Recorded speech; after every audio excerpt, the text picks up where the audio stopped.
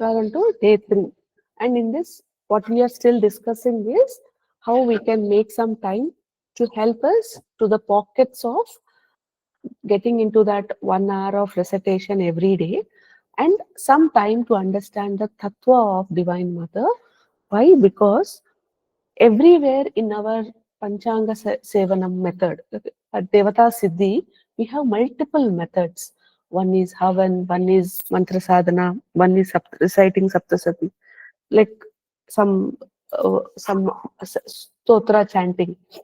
So one of the method where we are all so used without our knowledge is called the term is called Panchanga Sevanam. Panchanga Sevanam. So what is this Panchangam? Is one is Geetam, Stavam, Hridayam, Sahasranamam, Kavacham. So this is our basic 5 things if you recite for any god. If you open any YouTube and all, you will find thousands of prayers because it is um, it is our privilege to praise divine in our own beautiful ways, which resonate with my heart string. So having those many prayers is not the fault because one of us like ice cream, one of us like vanilla ice cream, another like strawberry. Okay, so I can't. Divine Father, Mother is so gracious that they say, "Oh, you like strawberry flavor? Acha, theek hai. Ye do. Yeah, this is one stotra which appeals to be like a strawberry. Okay, happily recite.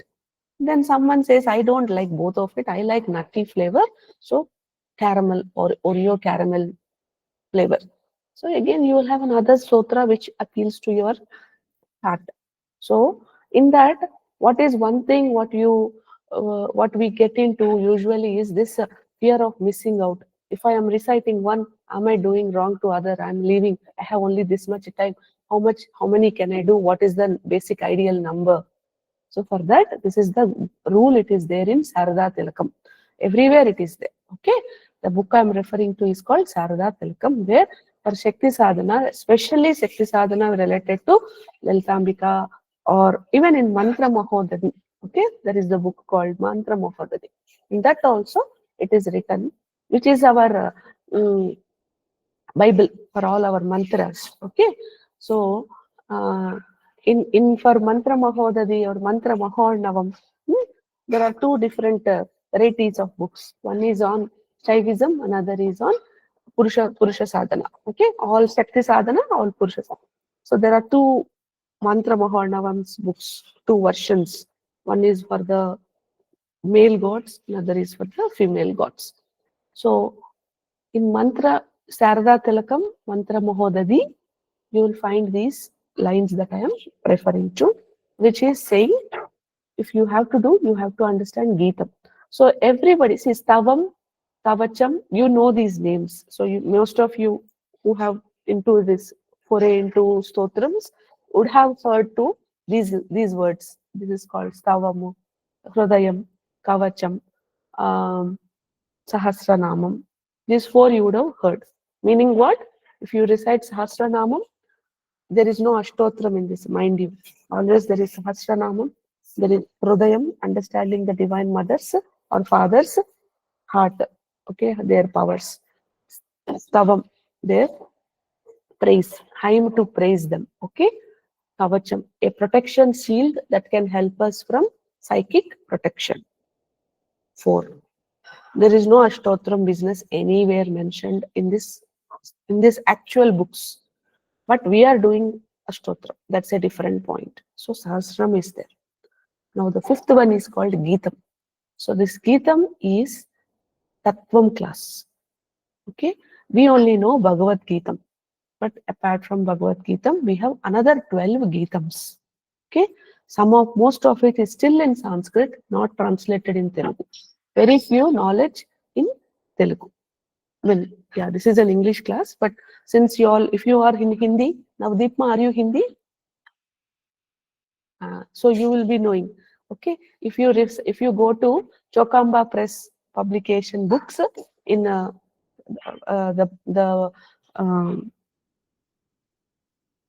Kasi, in the Kasi publisher, Chokamba series. Everything you will find in Hindi versions. Okay, because that are standard books. In Telugu, if at all we have to go to the publisher whom I can close my eyes and buy books, it is Sadhana Mandali. Okay, I will refer that. I love them, filled with wisdom, no bakwas. Like that in English, Hindi, Sanskrit, if you want to go to the publisher who is the best publisher, who you know is always their books are A grade, right? And it is existing from ages, is Chokamba. Any book that comes from their publisher is gold. Okay, so these two are, the rest is noise. Okay, it's there, but fine. But if you can look at these two, you will get lot of wealth of knowledge. Um, but Mantra Mahodadi and Mantra Mahonavam, any book on Chandi Mata, Durga Mata.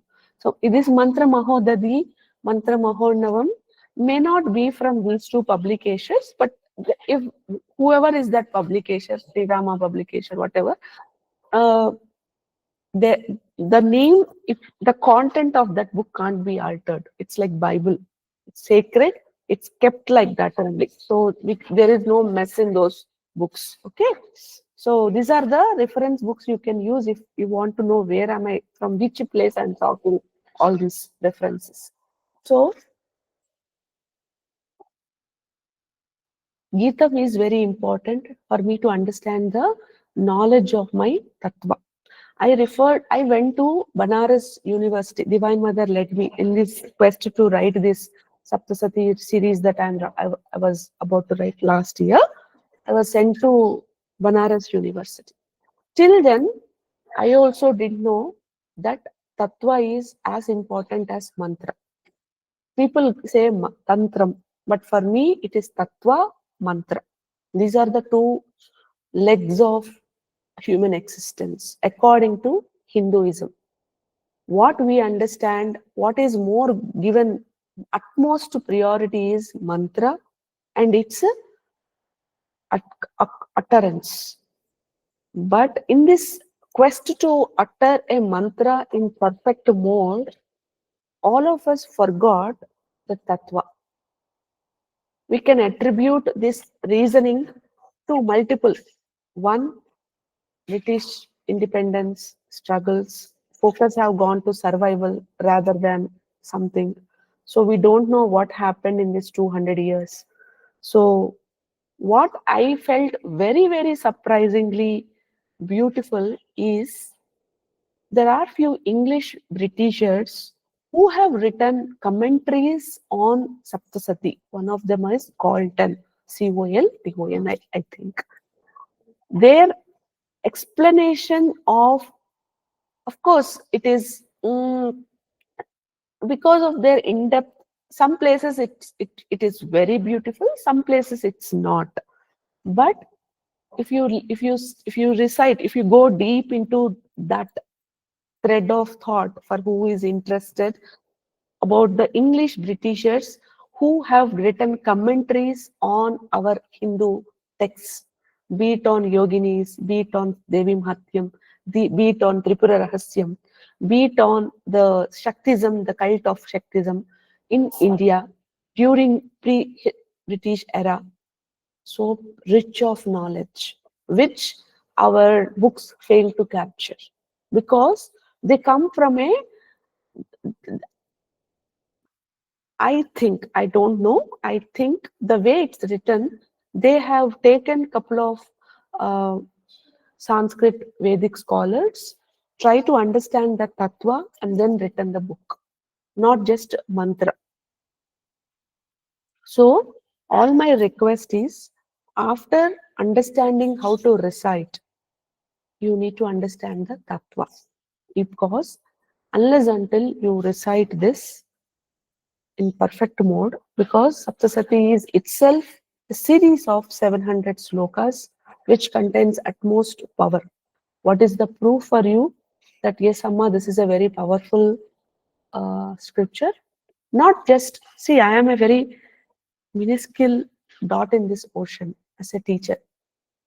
You need some people need some proof. As a guru, what a proof I can give from my small, whatever, ocean drop experience. The moment we recite Saptasati,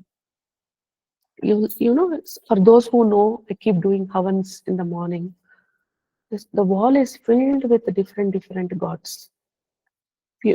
One of those, when if you follow our groups, chats and stuff, so many gods will come onto that wall. That's because there is Havan Kund and behind there's a huge wall. We also didn't know in the beginning that it will come like that. But after it start coming, we understood that this is all real. The moment we start reciting Bijakshara Sameta Samputi Saptasati, which is Bijakshara is there and then Saptasati is also there, both of which we recite. Again, Aksharas also started coming, meaning Akshara Devatas. Why? Durga Maa is divine goddess.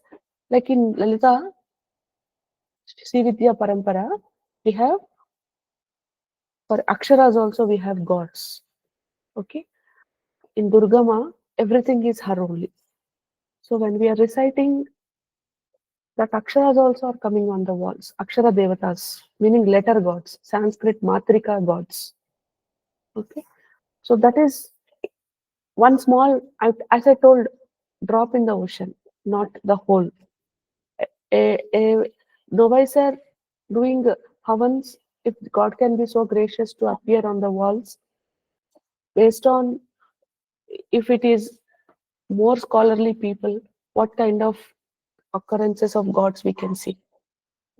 So this is all proof that what we are talking is not any sham or anything, or what I'm saying is all to enroll you into anything better. I'm only telling from a context of this is all truth. And the more you believe it, the more you can gather that 1 hour time. Why am I enrolling so much on time is because that is the most valuable commodity in the world these days. And we are using time on useless things. So I'm trying to first align you even before telling the mantras. I'm enrolling you to time because once you fix your mind, what is important for me, I make time for it. Yes or no? So I'm wanting to increase the power of these mantras by explaining, even if it is taking 15-20 minutes extra of your time. That is why I took 14-day time from your precious time limit, because I can tell off in 10 days. But the most important thing is enrolling you on why you have to continue for life, or why you have to continue for some days, sometimes, because it is not days. If I'm teaching you in 1 week cycle, it will take 1 hour per day. So if I have to say you will have to do 11 time recitation or 22 times recitation, you're gonna spend your 2026 good amount of 2026 in welcoming Durga Ma into your life in a very connected, intimate manner. So most of your time will go in being with Divine Mother 1 hour per day. I'm taking the whole 2026, mind you, underline. Not 3 months, not 1 month, not 2 months. If in between only you have miracles by Divine Mother's grace and you feel, Amma, I think I will do it more relaxedly, that's a different personal choice. But I wish stay with her for long and keep doing her seva in your own ways, and she will take you to the best places possible. How? I'm giving you the tattva knowledge at this point of time. Okay, so what are the key esoteric meanings of this Saptasati? When we are talking about Madhu and Kaitaba, okay, we do, if you remember very perfectly, we all started with having attachment towards Samadhi, is having attachment towards his children, wife, his relatives, family, and so on. And Suratha Maharaja is having attachment towards his property, power, success, whatever he lost, and so on and so forth. So basically, if we can say, who are these Madhu Kaitaba? They are the reflections of attachment towards pleasurable experiences, and aversion towards unpleasant experiences. See, I am telling in very shortcut method. This Tattva knowledge, it is written in many standard Saptasati books of Tattva that whatever we are reciting, even only Sadashiva has complete knowledge about Durga Saptasati. The people who have written it, the rishis, Vishnu, Sriman Narayana, or Narada Maharshi Varu, or all the other Devata Ganas, only is having 20 to 30% knowledge about her Tattva. The so-called divine gods only having 20 to 30%. Meaning we are who? Mere human. Truna Manava, we are in Sanskrit. Huh? So we'll have point not 1%. To that only, Divine Mother is so gracious that she will give moksha dwara, means look at her compassion. So I am now giving you whatever nano percent, because we'll have to dedicate a whole session or series for this. But because I want you to understand, if you look at by urgency, if anybody goes and looks at the meaning of the stotras, all you will find is she killed him, he killed her, she killed Traitupun, then she fought. There is lot of bloodshed, there is lot of violence. Oh my God, what is this? What am I reciting? Am I in the right class? Am I have to recite? For this, what is power in this? She is killing him, she is killing him, she is killing him. This is only meaning comes if you read the literal meaning. So I'm giving teaser so that you don't get scared that, oh, this is not only killing. There is deeper meaning in this all.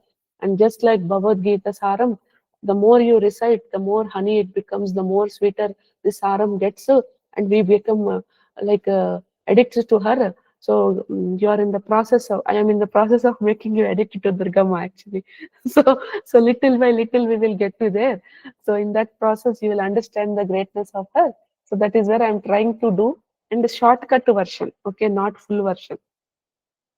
So in this Madhu is experience I only want to be with sweetness. I don't want hatred. I don't want discomfort. Discomfort comes when I have to do things that are not what I want to do. Okay, why I don't want to do? Because I think I can't live without them, or I can't face these experiences. I can't agree if somebody scolds me. I can't go tell this way. I can't talk like this. I am always want to be sweet. I can't let go of my children's health problem, or I can't let go of my attachment. I should always have success. I should always have this. I can't have this. Whatever that is for you, that is that aversion you have for discomfortable feelings. I should not have this health problem. I should not have my brother suffering. I should not have my mother suffering. I should not have my child suffering in my life. I should not be alone. I should not. My husband should not talk badly to me. They should always speak sweetly to me. They should understand me. They can't comment me. They can't judge me. Or my wife have to always understand me. They can't do like this, whatever that example, whatever you have. That's why I wrote here. Please write in your notebook what is your Madhu and Kaitaba.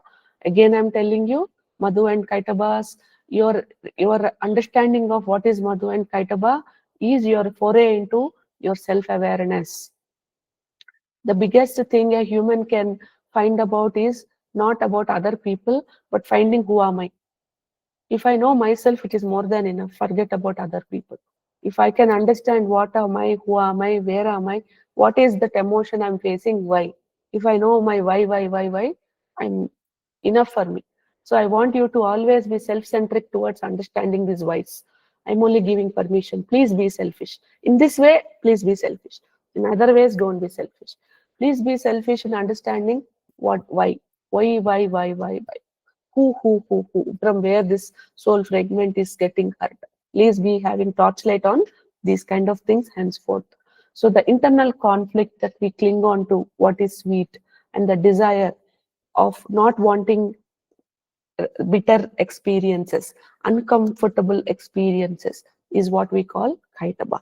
Only by sheer surrendering to God, we learn to detach from our desires and attachments, to cling on to things, people, positions, any kind of emotions which are giving us sweet and which are wanting to avoid bitter. So in our clinginess towards having sweet experiences, usually we end up adding more to our agami. We are here to cleanse our prarabdha. We are adding to our agami. Why? Because I am wanting to avoid certain things. So in my desire to avoid, I am still, for example, in some life, I have vowed myself that somebody have um, somebody have insulted me, that you are no anybody, useless person. So I can take decisions two ways. One, I will show people who I am. Two, I will never show my talents to anybody. For those who says who am I, irrespective of their lifestyles, irrespective of their conditions, they put so much hard work to always be number one. They have an inherent need to work hard, workaholic, and prove others how I am correct, other person is wrong. First only I'll start with defensive conversation because I'm inside some layer. My hurt is what? Somebody has insulted me that you are waste. So people agree or not, I want to first prove that I am great. It may not be you, but just get present to those personalities in your life to understand if that is so for them, what could be something for me also. If you can get to that kind of understanding also in the first class, it's more than enough. If it is hitting for you only, great. Okay. For some people, for who want to not want to have I take a pledge that I will never ever come out in public. I will always hide. Whatever I do silently. I will not let my name come out. For such people, what is discomfort? If divine is saying, come do public speaking, come on to the camera and do some work, talk in front of 5 people in the group. I want to be doing, but always as a shadow. I don't want to come out and talk about anything. So why? Because that is the discomfort I'm talking. It is not the discomfort which you think is my husband is like this, so I'm suffering. My son, my brother is suffering, so I am like this. I have health problem. I am not talking about this. In that, what is the clinginess you are having? That I want to have good. I should not have this experience. I should not have this experience is the clinginess we are talking about. So like that, in our own ways, we cling on to what is good for me, what I think is good for me may not be from the divine point of view, but in my point of view.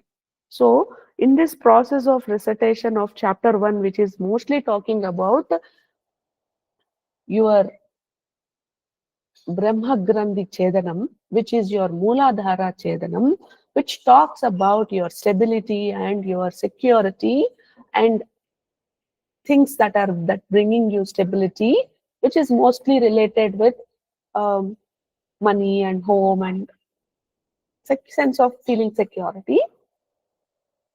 You will be tested in the beginning of Saptasati recitation about bringing focus on your Madhu and Kaitavas. May not be in the first round recitation, but if you have time and if you are able to recite the whole Saptasati in one go, in the beginning it may take a little long hours, but slowly you'll get to 4 hour cycle. It minimum 4 hours is required to do it in one round. More faster to do it, Divine Mother won't like it. She won't like that blah, blah, blah kind of chanting. She likes it to be in moderate speed. So it is given in Shastras that Saptasati has to be always recited medium swara, medium speed. Not shouting to the top of my voice, not shouting in my inner recitation is mana, is not allowed in Saptasati recitation. It has to be in Madhyama swara with Madhyama Ucharana, not fast, not slow. So that is what is the first chapter we are talking about. So this way, what it will help us when we are going on recitation this on an ongoing is not to be swayed by superficial pleasures and pains that are existing because of our prarabdhas or our samskaras or past life samskaras. It will help us to stay grounded and stay focused on our pursuits with surrendering to divine. Meaning what? You are thinking, my pleasure that I am clinging on and going in southeast direction. Divine Mother is saying, hello, hello. That pleasure that you are thinking is coming from your past samskaras. That's not what the pleasure I want you to cling. Realign to northeast. So your boat is moving from this place to northeast. That is the clinginess you should have. That is the groundedness because that's divine alignment. But what I am having is clinginess towards southeast and avoiding to move myself to northeast because of the discomfort it creates in me while this journey is happening. The same journey of bitterness or the pain that each one of us would have gone through when there is change associated with it. Adaptability is considered to be a best skill even today because of this only trait. And being adaptable helps us to realign quickly. But that comes with a little of surrendering, trusting divine that when I am taking these new experiences, whether it's pleasant or unpleasant, it's for my own good. And divine is there at every step to hold me. What is that we learn to do is trustful. That is what I say. When Divine Mother in the beginning asked me to do trustful, I told no way. I teach growth mindset to students, and I'm not gonna say fate and karma because growth mindset talks about it's not fate, it's not karma, which is a wrong. I want to append one word into the growth mindset concept, which is you align with the divine alignment. Only when you can align with divine, your growth mindset works perfect. The if you are what you want to achieve is not aligned with what divine wants you to work on this life, how much ever you do this follow loop back mechanism that growth mindset talks about, it's not gonna work. So when divine in the beginning asked me to do a trust fall, it was so hard for me to give up that control because we are so used to, I know I will wake up at this time, it is I will make this prasad, I will not make prasad, I will not cook, I will take it a takeaway, I will not today put deepam, today I'm not gonna do whatever, or I will do this today. I like to go out, I do, I like to go shop, I do, I like to give gyan to somebody, I do. So I from here, this is my southeast version of going into my life. From here, I need to realign to northeast. So I have to slowly give up that control of and listen to what is divine asking me to do. For that, what is required is silencing of my head. Because the moment I sit, I have 1,001 thoughts in my head about my job, my work, my baby, my child, my health, and so my people in my life, my husband, the pain that comes out of people's words, so on and so forth. It gets. That's the reason the amount of recitation is given for that many hours because then in the beginning, when you're reciting, your mind goes somewhere. You'll pull it and put it on the mantra. Again, it will go off in few minutes. Again, you'll bring it, put it on the mantra. This wax in, wax out is increasing your focus. Your and the fear of God or the love of God is bringing will self-discipline, which is a big thing to overcome when you are cultivating a new habit. So this is how this whole thing is looped back slowly into your good for your spiritual growth or purpose of life. And henceforth, as you are keep doing, it not only just reduces your current life karma, by first removing your Mahamaya, which is your karmic veil. In the three stains that I keep talking about, which I feel very truthful in all the teachings, which is your Maya Mala. Okay, it's called malas in Sanskrit also. It's called malas because we are using English.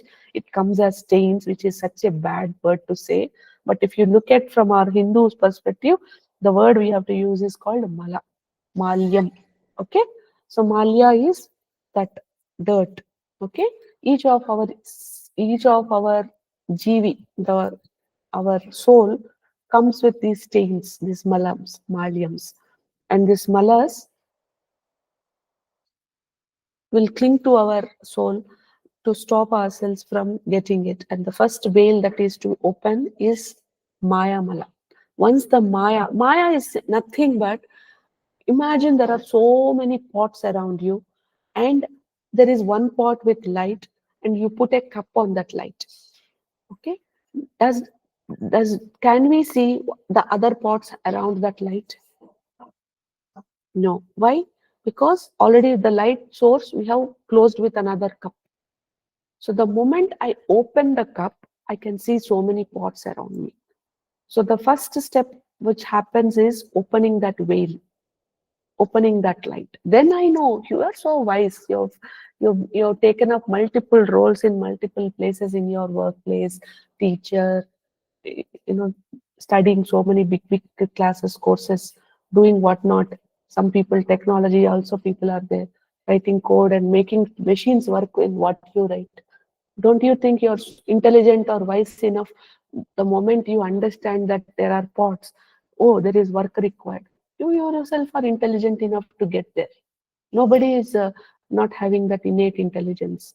So your life experiences know that, oh, this is the place I have to work on. That is your first step. The moment that veil is shifted, it's opened up, it will allow us to have more better experiences, gain clarity, and make better decisions and choices aligned with divine will, not your will, divine will. And the moment you keep reciting it with the number of occurrences of times, this noise in my head comes down. When the noise comes down, clarity comes. When the clarity comes, I get to know, to hear to the small, clear voice, which is Divine Mother's subtle, very whisper voice in our heart center. That when I'm about to do, you get to hear do or don't do, not now, wait, don't. This kind of one small phrases come in our heart center. That is the voice of divine that you usually ignore. The second is second, third, fourth chapter, which is talking about Mahishasura. He is the classic symbol of ignorance, ego, and pride, which will stop us from seeing the truth and accepting change. So I have this I.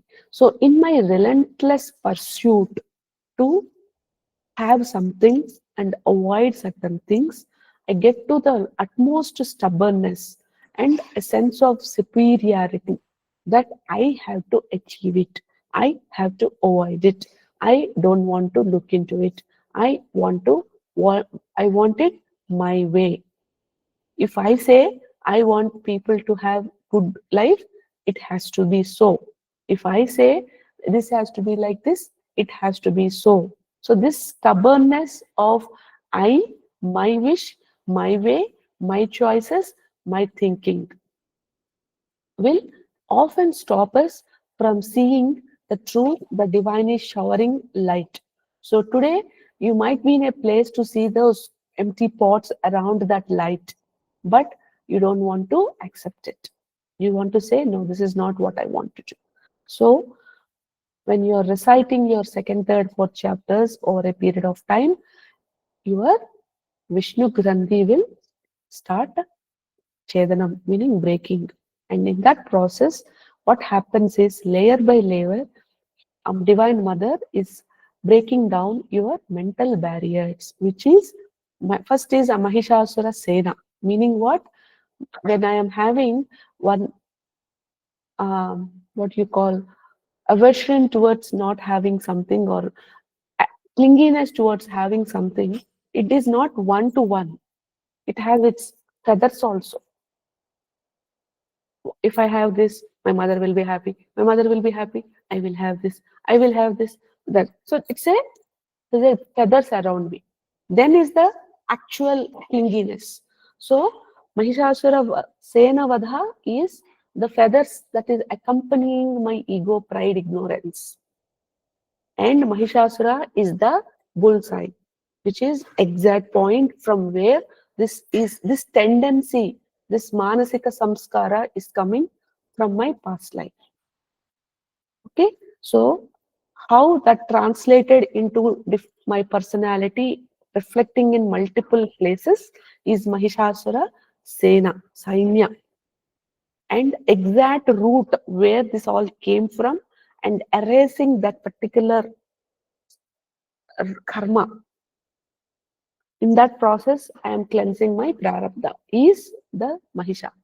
So this is how it helps, so that when once the Mahisha in us, which is our ego, our stubbornness, our ignorance, our feigned uh, confusion, lack of mental clarity, I don't know, I don't know, I don't know, I know, I know, I know, whatever that is. All of this, when you can hit on the bullseye, it will help us to transcend our ego and make us more humble. We will become more humility. We'll cultivate humility in the process and become self-aware. So the more times you recite, you and your samskaras will be like a mirror. You can see them, like how you are seeing in your mirror today, your reflection, like that. With your self-awareness, after you recite for say 100 times and beyond, you will see your mirror. The moment you do that, you will see that mirror. Oh, okay, got it. So the self-awareness, self-inquiry will become so high that it won't allow you to stay in that me anymore.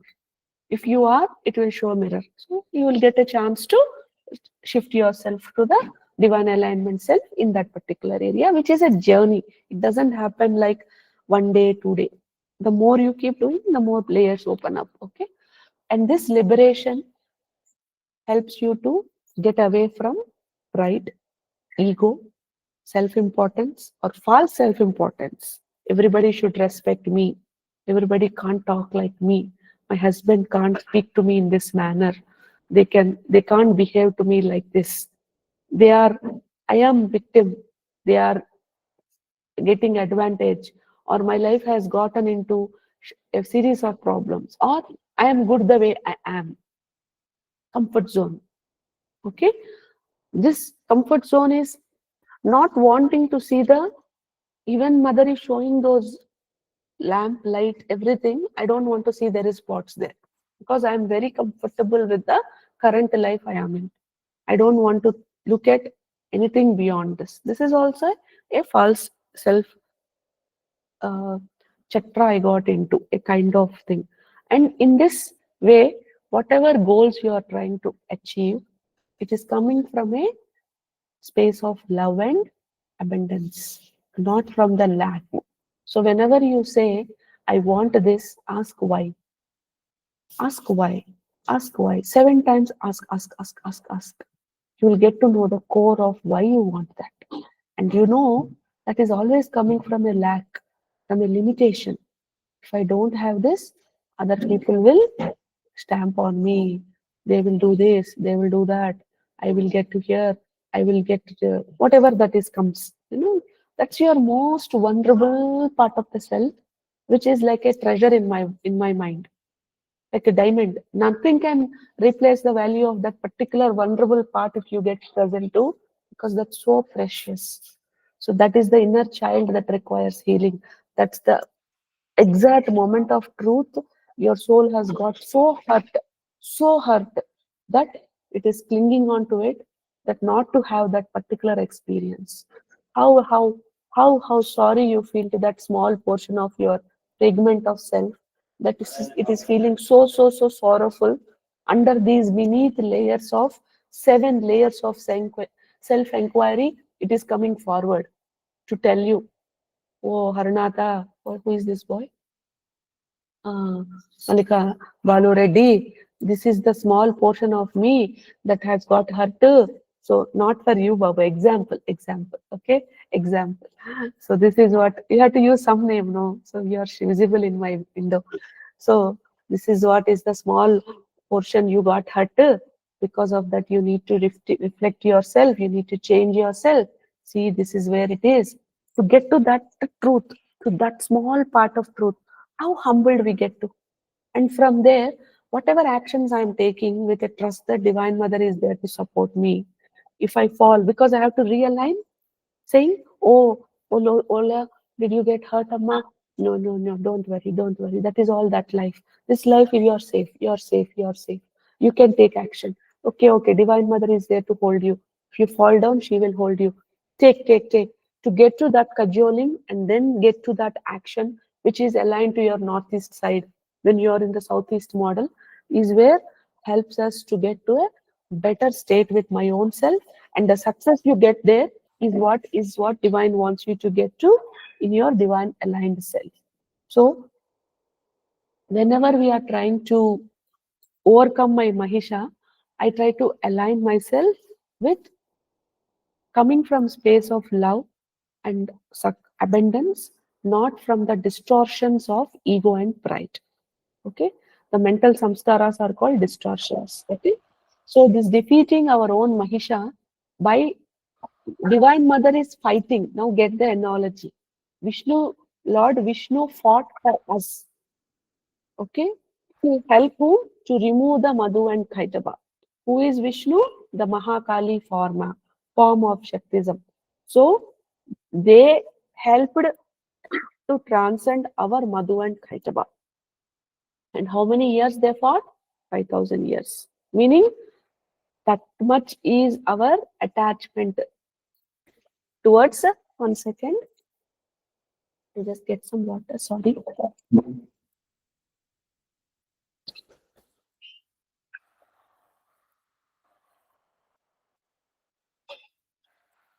कितना झगड़ा करती है भैया आज सेमिया नहीं चाहिए आज सेमिया उपमा मत बनाना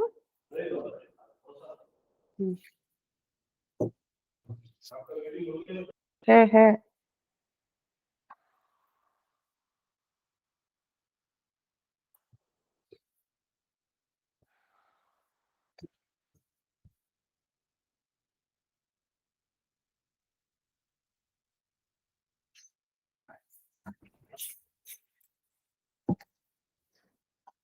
So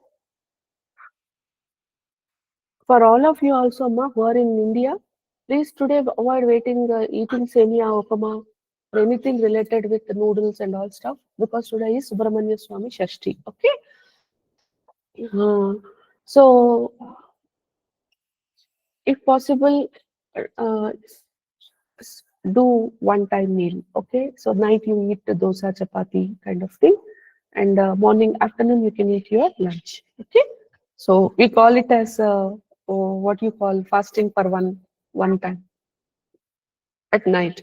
So eat tiffin, fruit, all that, not food, rice, chapati, like that. What is your staple food? Don't eat that. So if for South Indians, chapati is not staple. We eat rice. So we are allowed to eat chapati that day. For North Indians, if you are eating everyday chapati, you eat your vrat time food, which is sabudana khichdi, that whatever you call बेसन वाली कुछ करते हैं ना आप एक कुछ बोलते हैं उसको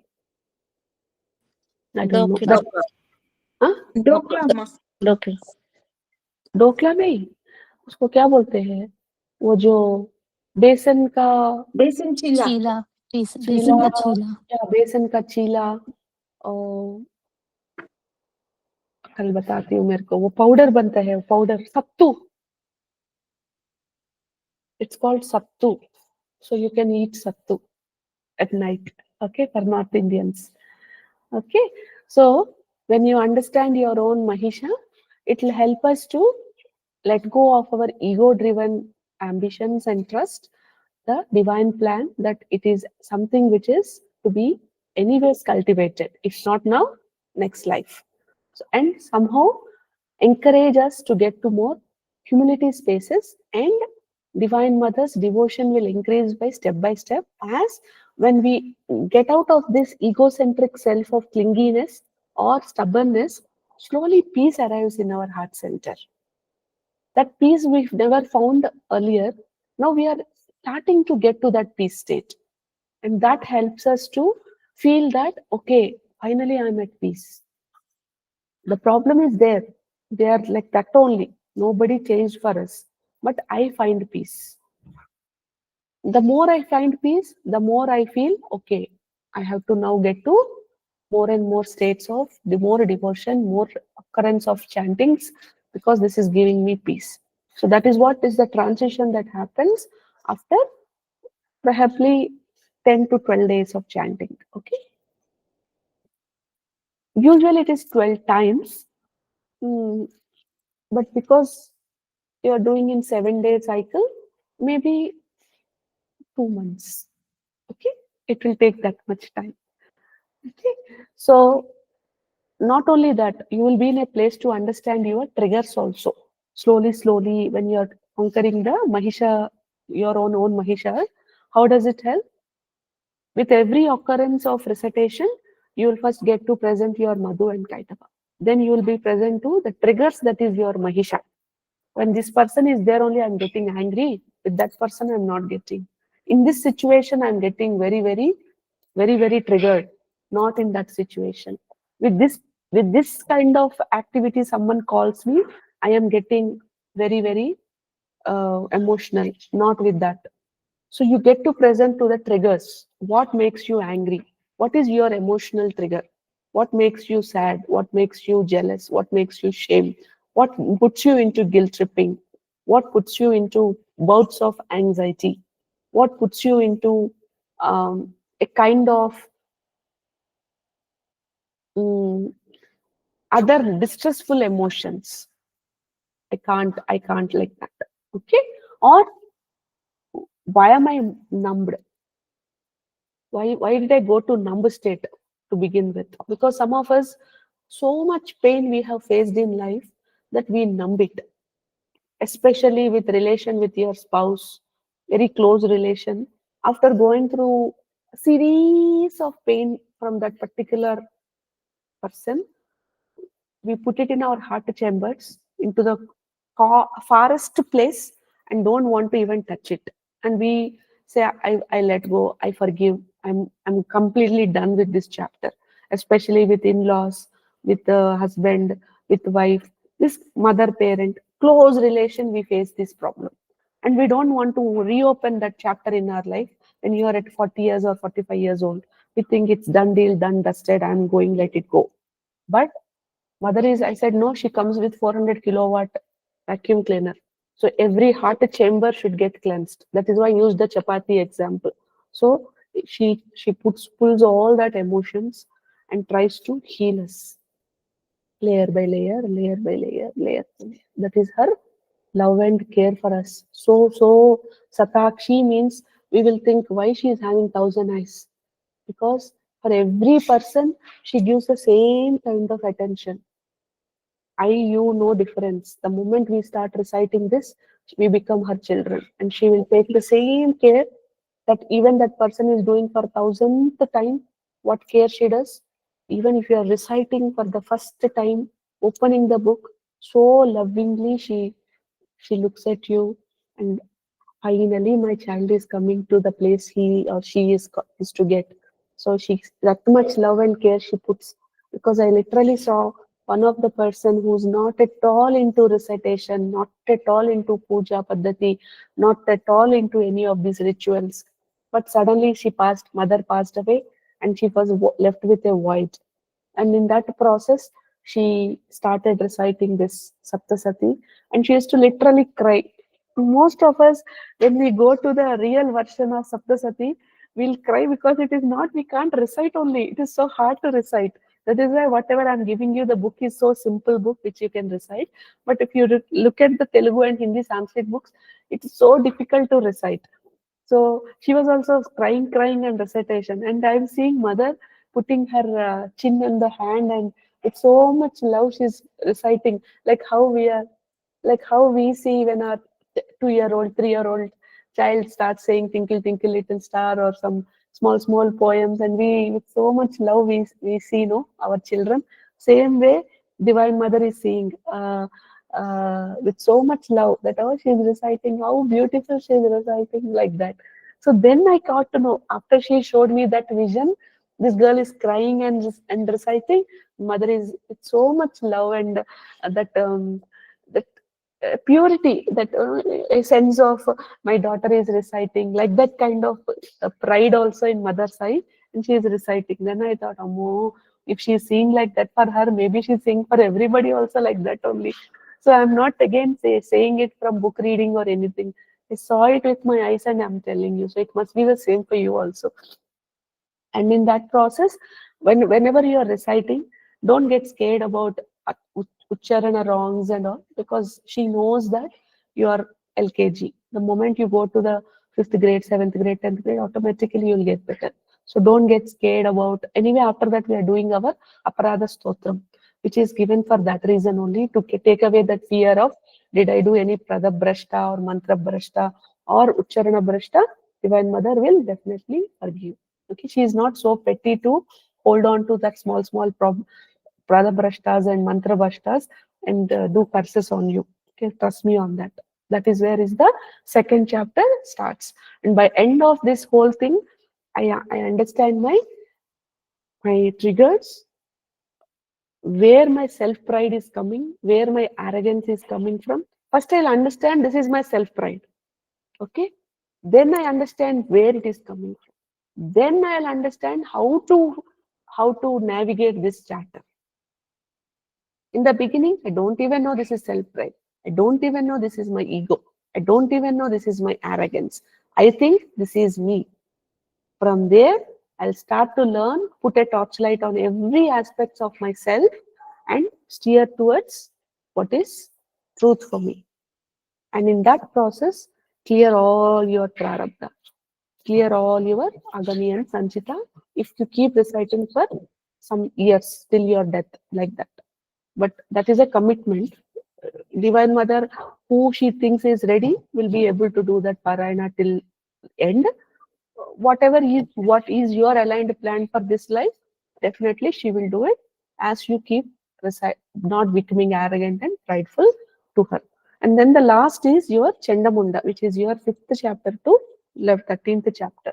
They symbolize your destructive tendencies such as anger, hatred, which causes lot of hindrance to our personal growth. So when you can defeat our own inner demons of emotional, behavioral tendencies, anger, hatred, jealousy, all of this, when you can let go, what comes up is inner peace and harmony in relationships. When I can make peace, when I can forgive, when I can let go, not coming from a feeling of frustration, disappointment, um, anyways they won't change, so it's okay, not like that.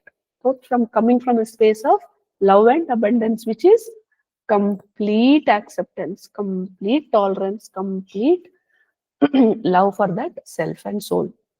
And by overcoming our Chendamunda, what is that we are doing is, when we have our goals and ambitions, we are clearing our mind from the goals that are coming from our past samskaras, which is putting us into the array of uncontrollable emotions. The crying we do, the fear we have, the anxiety we do have, the kind of stress we have, all of these uncontrollable. I know that I should not be doing, but I can't control myself. I know I should be peace at this point of time. I can't control.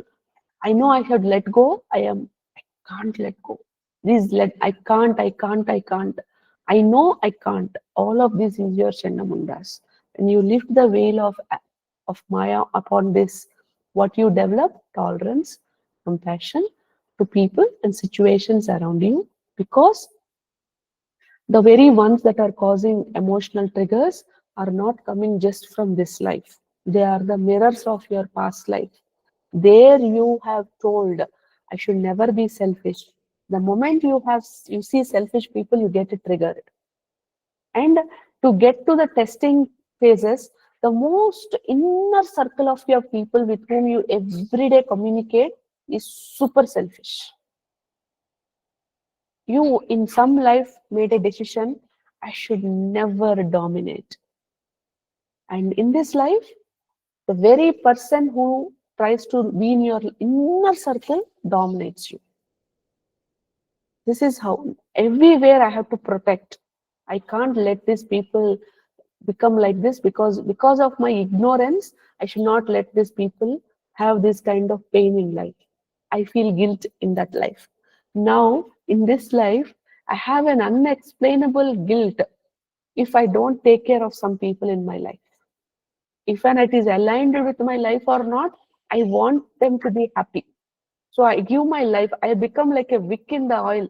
I burn, burn, burn, burn, burn, and I want to take care of others. Again, negative tendency. Without your knowledge, you will do. You will think this is my love. This is my, I am sister, I am brother, I am mother, I am elder daughter, I am elder son. I have to. But there is a limit, right? You can't stop yourself. If they are suffering, you will suffer as if your own suffering. All of these are past life echoes, influences that influence your actions, choices, and decisions, and your inability to hold yourself. This is your Chandamunda. And who are all your other demons? Handling conflicts in relationships, handling in the face of no, putting yourself first. All these are things that Divine Mother puts your 400 kilowatt megawatt of vacuum cleaner to pull all that out of your heart chambers where is hurt and you closed it. She pulls it all out and that way put you into the path of materialistic success and growth. And not only that, Shumba Nishamba also represent all these overindulgence, over what you call the need for you to have overindulgence over certain things, self-importance, self-pity, desire, attachment for opulence, comforts, which most of us do have. So, as I said, the real moksha is when you come to a state of you have the most big Kohinoor diamond you have. By God's grace, you have it in your kitty. And still you say, how beautiful this Kohinoor will stay in my Divine Mother's heart as a chain in my heart, my mother's neck rather than my possession. And still I ignore the existence of that Kohinoor and go do temple cleaning service. What does this action speaks? I have Kohinoor diamond in my house. But I go take a broom and wash temple with water, with barefoot. What is it speaking? You understanding what I'm saying? That is the transformation. Having this diamond and all is there, but it is Truna Prana to my mother's seva, to my mother's anything my mother wants. If I'm able to offer that, is what I can give. This diamond and all is there, it's fine, it's there. My husband is very loving, my wife is super loving. That love compared to my Divine Mother's love, that is the love. This is there. Okay, my mother's love, I am craving for my mother's love. Coming to that state of shift. The same person who is crying that my husband is not loving me, my husband is loving me, my wife is not loving, my wife is, I'm not getting married, my brother, my sister, my mother, I am alone, whatever that is, you come to a place of my mother's love is the best love. If she is there, the rest follows. It is not about not caring, mind you, underline. I care about my relation, but I transcend the attachment I have towards that relation. There's a big difference between these statements. So get to it. Once you get to conquer your Shumba Nishumba layer by layer, layer by layer, layer by layer, layer by layer, this overindulgence about my own self. Everything I see, I have to buy. Nobody should, nobody should ignore me. Nobody should tell any words to me. Nobody should put me down. Nobody should ignore me. Self-indulgence, self-importance, self-pity. Things are not like this the way I want. Pity me. The ambition, desire, and attachment for it. Having that is not a problem. Having that attachment to comfort, attachment to opulence, and I want to go to any depth to achieve it. And if I don't have, I go into bouts of depression. My prayers are not working. Nothing is working. How much ever do I do nothing? This attachment towards comfort is the problem. And the relentless drive and expectation that if I do this, it will happen. If I do that, it will happen. And in that process, what I'm left with, stress, dissatisfaction, and a kind of depression that whatever it is, my life is not working. And again, trying to balance our ambitions and coming to a state of enough is enough, whatever is there is enough. I am here to serve my mother in the best capacity. This shifting coming from southeast to northeast, how it will happen is in these ways. All of this is your Shumma Nishumba conquering process. And then what it leads to is eventually a balanced, self-disciplined life, your goals matching with your divine aligned self, your goals matching with your higher wisdom self, which is your soul, which is filled with more values and righteousness or whatever that is. Because divine souls don't look for selfish goals, right? They look for Sarve Jana Sukhino Bhavantu Vali goals. So you get to that state and avoid being overwhelmed or driven by excessive competition that other people are going like this, I am like this. That is your Chandamunda. Then your Rakta Bija. Every drop. Can I take 5 minutes or is you're having No, it's a Matekama. You only can. 5 minutes last, Yeah. so that tomorrow we'll finish our mantra chanting.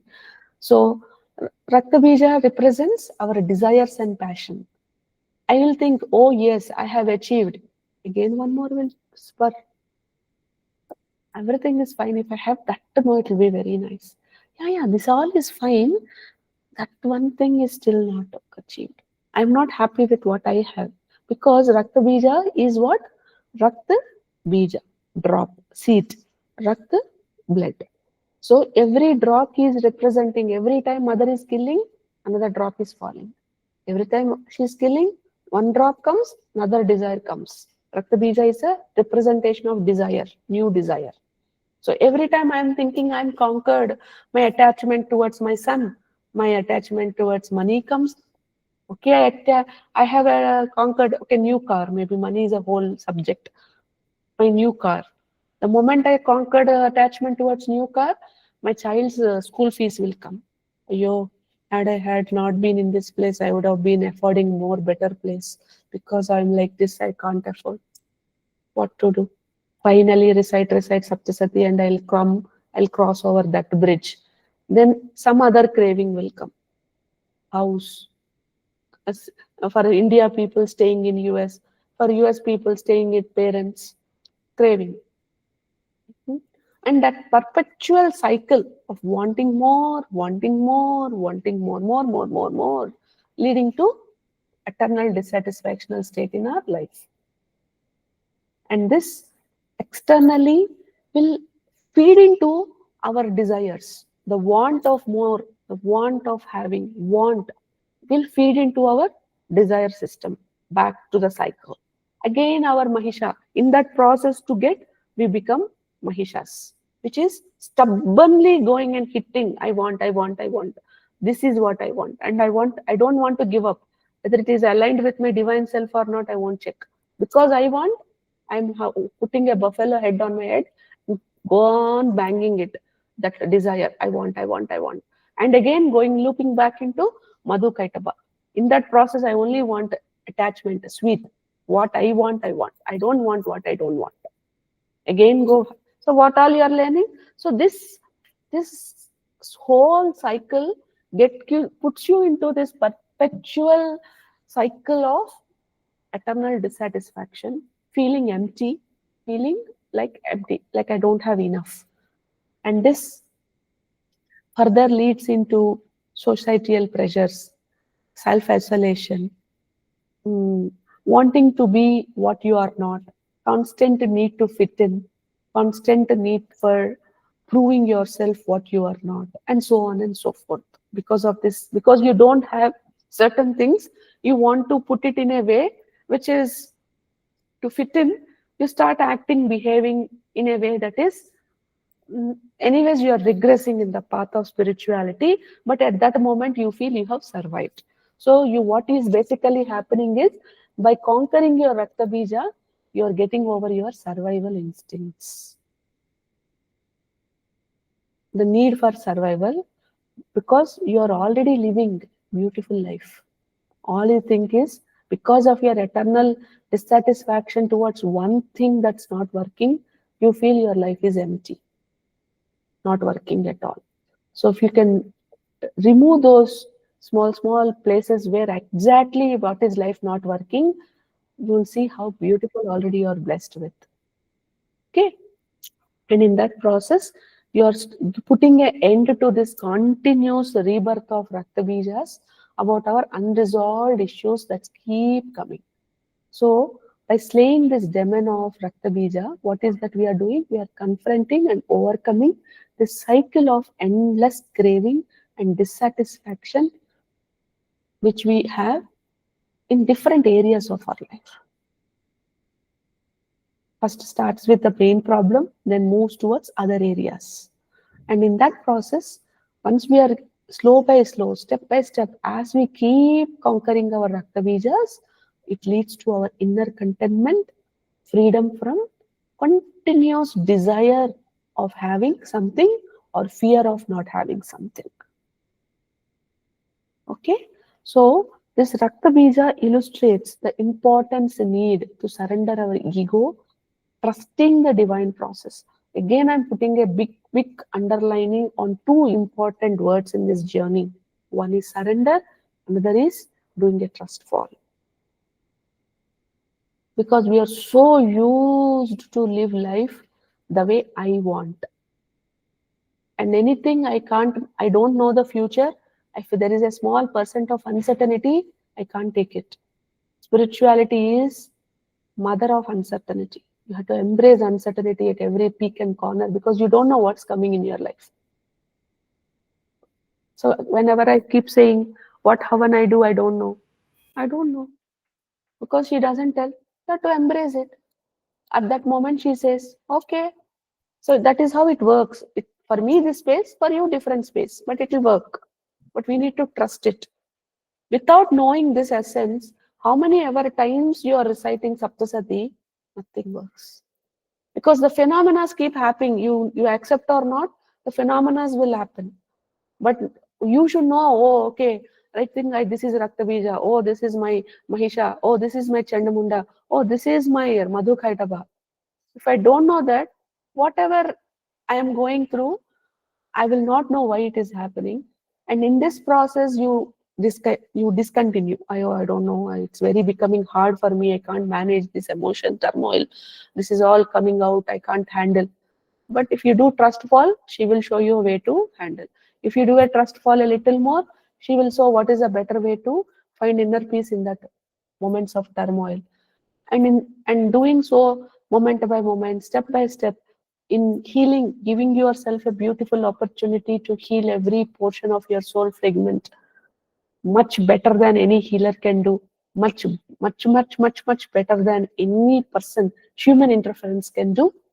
You are putting a stop to your endless cycles of birth and death and its influences, leading to more and more lives in your future, and eventually, with the Divine Mother's blessing, enter into her light with her gracious permission, which we all call path to salvation, liberation, moksha. So that is why I will never say Saptasati recitation will directly give you an entrance into moksha, because that is all. Many people promise you that you will, once you come into this space, I will put you into, you will get off moksha. But your moksha is a byproduct of this much of working on your inner self. And this is why I told you, please use that bottle as an example.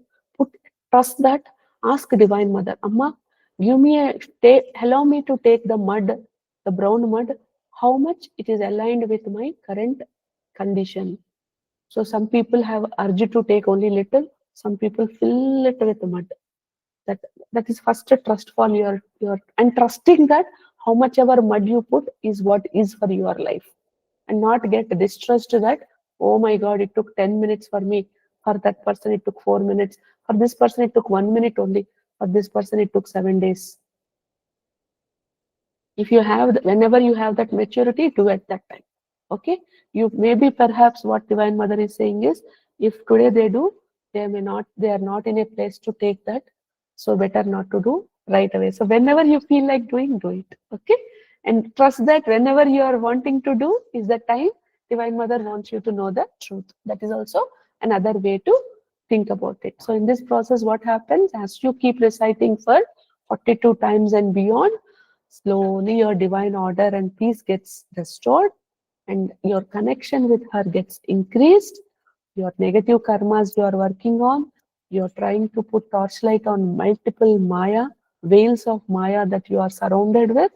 And in that process, bring some order, discipline, mental clarity, focus in aligning yourself with what is not what you want, but what divine wants you to want. What more can we do in this life than getting into a life which is exactly aligned with divine, what she is saying? We ask our children to listen to us because it is good for them. But what are we doing in this process of not aligning with them is resisting that path that Divine Mother is showing us, which is good for us, using our own brain.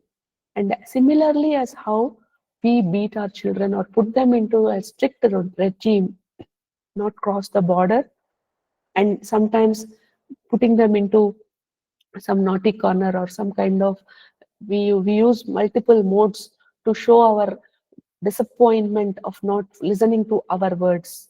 For all those who are married and having children, same way Divine Mother also, loving mother she is, the loving father that he is, puts us into kinds of turmoil just to awaken us and put us into the path of dharma, what is good for our soul evolution. And you can trust it, and when you can leave this feeling of, I joined this class, but Divine Mother, Father have put me into this class, you will feel so grateful that I am not alone in my journey. I am never alone in my journey. None of my prayers are unheard. And the moment I get to that place, there's a huge sense of gratitude that comes. A wave of gratitude washes away, because how many other times we feel we might be surrounded with parents, surrounded with people around, but there are problems in our life which doesn't go away no matter how hard we work on. And during those times, we silently pray, cry, do everything, and feel you also left us. You also turned a, everybody left us, you also left us. Nobody is there to me. From here, knowing that Divine Mother have made you to leave all others just for embracing you. What a great feeling that is. So that is what I want you to leave with today, that you are never alone in this journey. We're all chosen to be part of this cohort. Please go back to your homes, go back to your work with a lot of sense of gratitude to Divine Mother that my prayers are heard. In whatever way I did, in however minier way I did or great way I did, you are holding me, you held me, and you're gonna hold me. I'm building my trust on this basis. So thank you, Amma. Thank you, Ma. Like that. Please go ahead and tell to your mother, and then go to bed if you're in the other side of the world. And if you're in this side of the world, go back to your work or whatever are the next level of actions you have, your daily task, with renewed energy that I am safe, I am held, I am protected, I'm always guarded with divine's love. No matter whatever is the problem that you are currently dealing with. Okay? So what is the homework for today? Feeling grateful? One. Second is that water bottle exercise if you are guided to do. Third, identifying, at least put thinking, what would be my Madhu Kaitabas? What would be my Raktabija? What would be my Shumba Nishumba? Okay, because tomorrow we will do psychic protection meditation, which is like a bubble wrap that we should put for ourselves for your own protection and care as you travel this path. Again, this is also not told by any people because of various reasons. One, I feel strongly of ignorance about how important is our energy subtle bodies. Most of our gurus only talk about the mantra sadhanas or the yoga. Never they talk about protection. It's very, very important part of our journey henceforth. So kindly uh, make that as a, so the everyday practice that I want you to do is being grateful to Divine Mother henceforth for all the next 14 days. Second, do a bubble wrap before the class. Tomorrow I am going to teach, and from henceforth, day after tomorrow, you are going to do by yourself. Any doubts come, ask me, so that when 14 days, you will master this process. I'm also going to give you a video for you to in the beginning do it, but very soon I want you to become independent of that video listening and do it on your own. It has to become like a natural habit. You go into any temple, crowded place, malls, some places, wear it and go. Protection armor.